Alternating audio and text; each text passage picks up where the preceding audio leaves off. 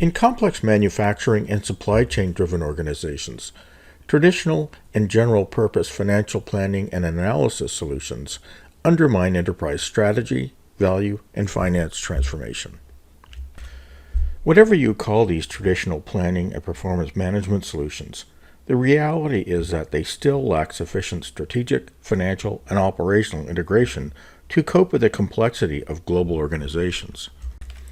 As complexity increases, what's exposed are critical capability gaps, ones that prevent manufacturers from achieving finance transformation objectives, like optimizing costs, profits, and value, along with others such as supporting strategy and decision-making.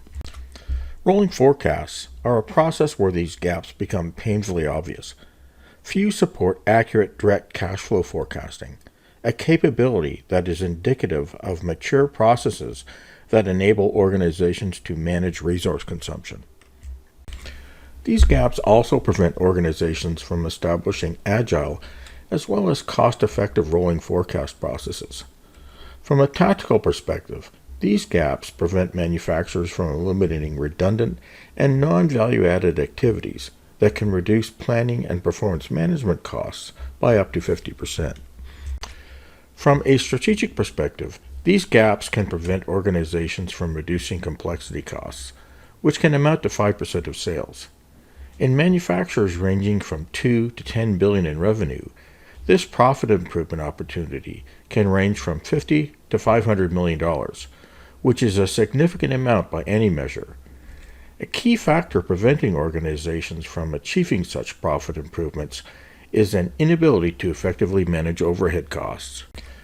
Evidence of these gaps can be seen in the value erosion represented by countless research study results. For example, most organizations fail to sustain cost reductions, achieve profitable growth, and sustainable value from digital transformation.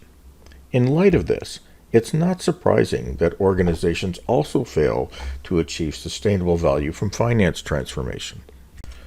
Collectively, these experiences do much to explain why organizations continue to experience complexity costs. What often underlies these experiences is an inability to achieve cross-functional alignment, a flaw that undermines strategy execution along with efforts to achieve greater customer centricity. These sources of value erosion are often indicative of financial processes and enabling FP&A solutions that aren't capable of supporting strategy and optimizing value. One complication is that this value erosion often persists, despite efforts to address gaps by leveraging integrated business planning processes.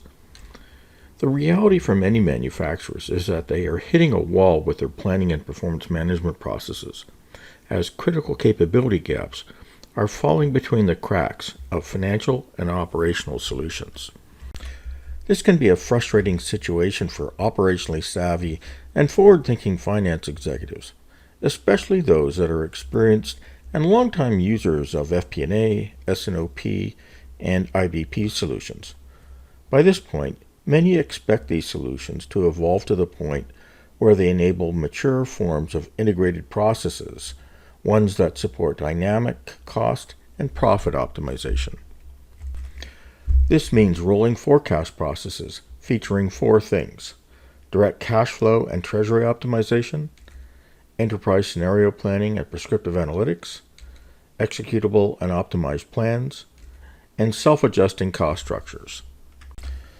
What often surprises such finance executives is that traditional FP&A and IBP solutions have not evolved to support these types of mature capabilities. The reality is that few have materially advanced in the past decade, which explains why these executives might believe that mature and fully integrated planning and performance management processes and solutions are just a myth. What's missing from these traditional processes and solutions is one overarching capability gap, that being an inability to make cross-functional trade-off decisions, especially when they cut across business units and legal entities. More specifically, what's missing is an inability to balance operational and financial outcomes, and the conflicting objectives that are associated with them. For example, how higher customer service levels can lead to higher costs. And expressed in another way, what's also missing is an inability to balance customer and shareholder expectations. A classic example of cross-functional trade-off decisions involves new products, customers, and suppliers.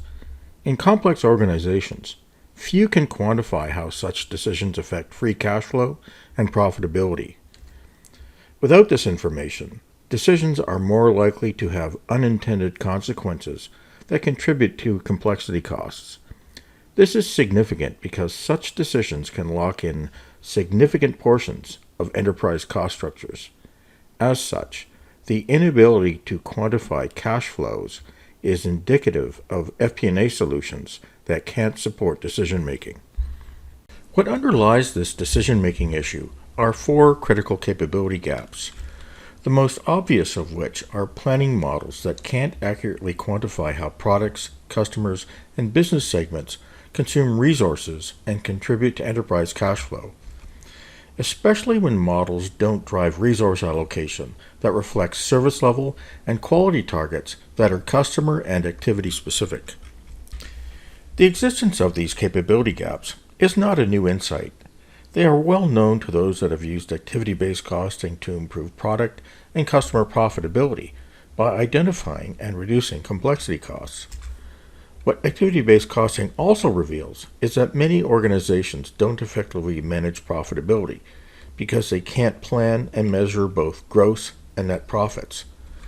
The implication of this situation is that such organizations can't effectively manage a business within a business, especially when they cut across multiple legal entities. What's required to address this problem are four critical capabilities.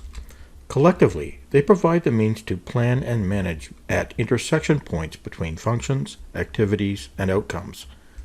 This overarching capability is critical for supporting digital transformation because it enables profitability to be effectively managed horizontally across functions and legal entities. A summary of these four capabilities is provided on the screen. More detailed descriptions are provided in a separate video that also addresses the other two at the bottom of the screen. This exact screen can be found in the video. A high-level overview of each capability is provided in the pages that follow, in the order shown on the screen. The first capability is matrix management. It is the central mechanism for integrating strategic, financial, and operational planning and performance management processes. The key output is process cost information that is always reconciled to financial records. This type of integrity is what provides the foundation for cross-functional alignment. The second capability is productivity management. It provides the means to plan and manage costs expressed in terms of an amount per unit of output. For example, $50 per order in the case of an order-to-cash process. Productivity measures provide the means to focus people on cross-functional and relative targets that flex with volume and spending. In so doing, productivity measures eliminate focus on fixed spending targets. In other words, this capability enables organizations to fix traditional budgeting processes. In so doing, productivity management also provides the foundation for achieving higher margins, especially when high and low-level productivity targets are aligned. The third capability is trade-off management. By adding service level and quality targets to productivity, organizations can explicitly manage trade-offs between conflicting objectives. The ability to manage trade-offs provides organizations with a formal mechanism for optimizing value, along with internal market mechanisms that allow cost structures to self-adjust to change. In so doing, it enables organizations to capitalize on a key source of untapped value, that being the ability to eliminate costs associated with over and underserving customers.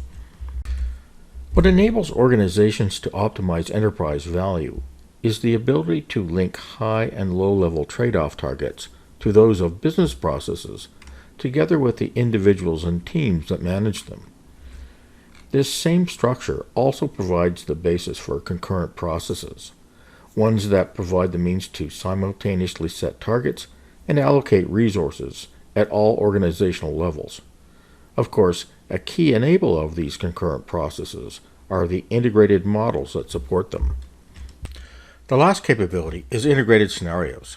This means that a single model is used to translate demand, volume, and mix, along with other variables, into these financial and operational outcomes, while also using prescriptive analytics to optimize them.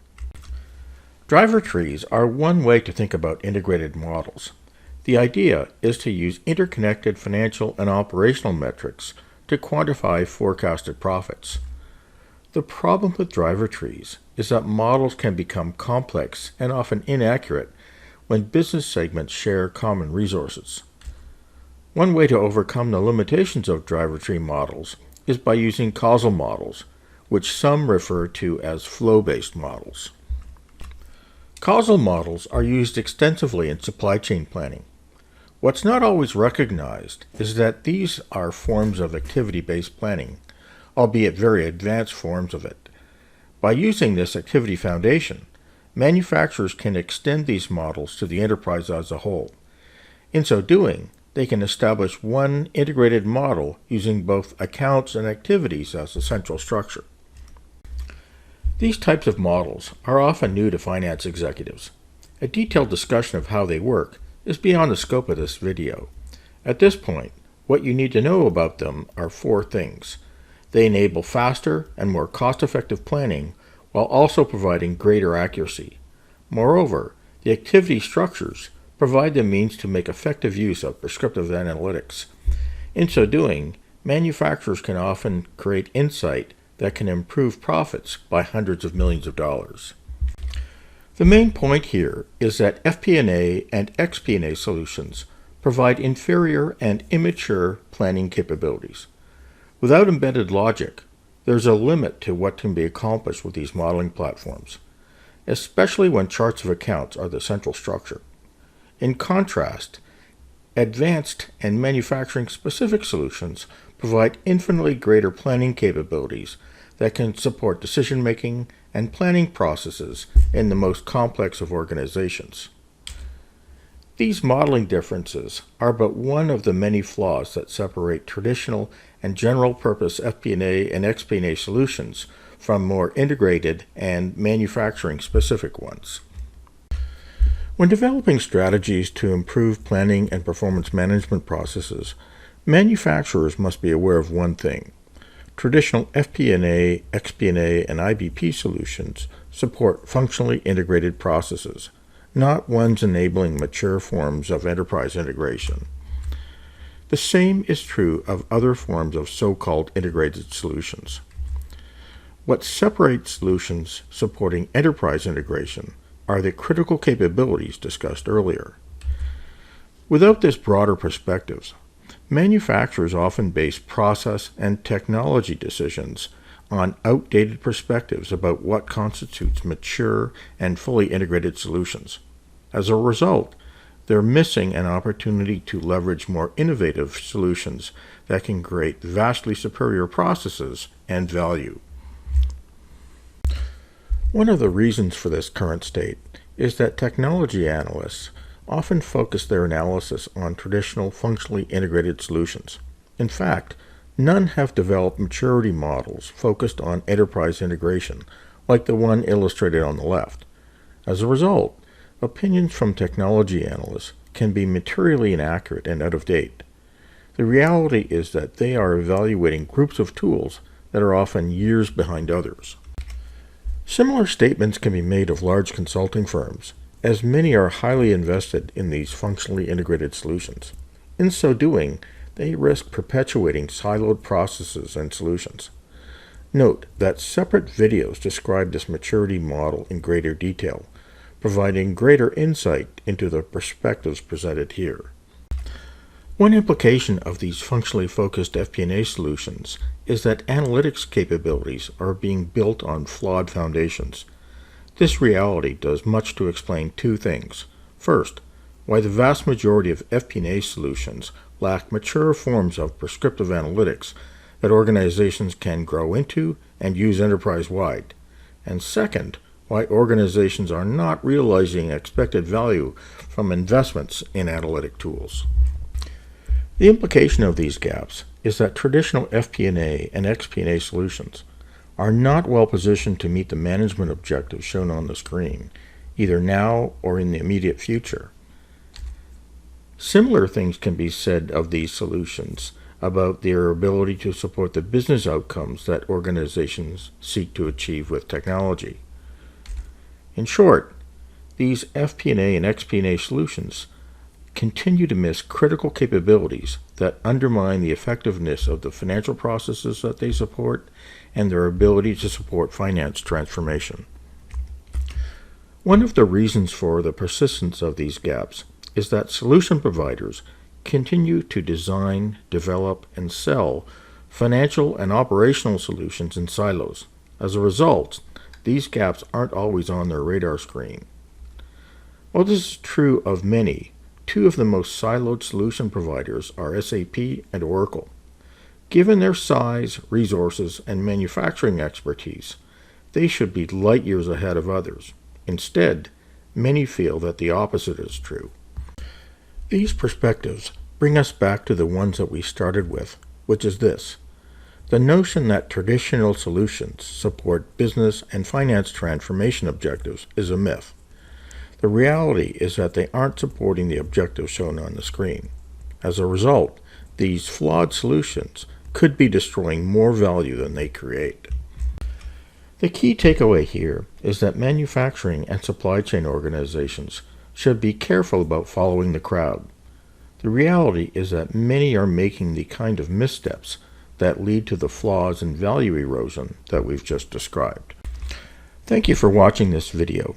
If you have any questions or comments about its contents, please feel free to use the contact information provided on the screen.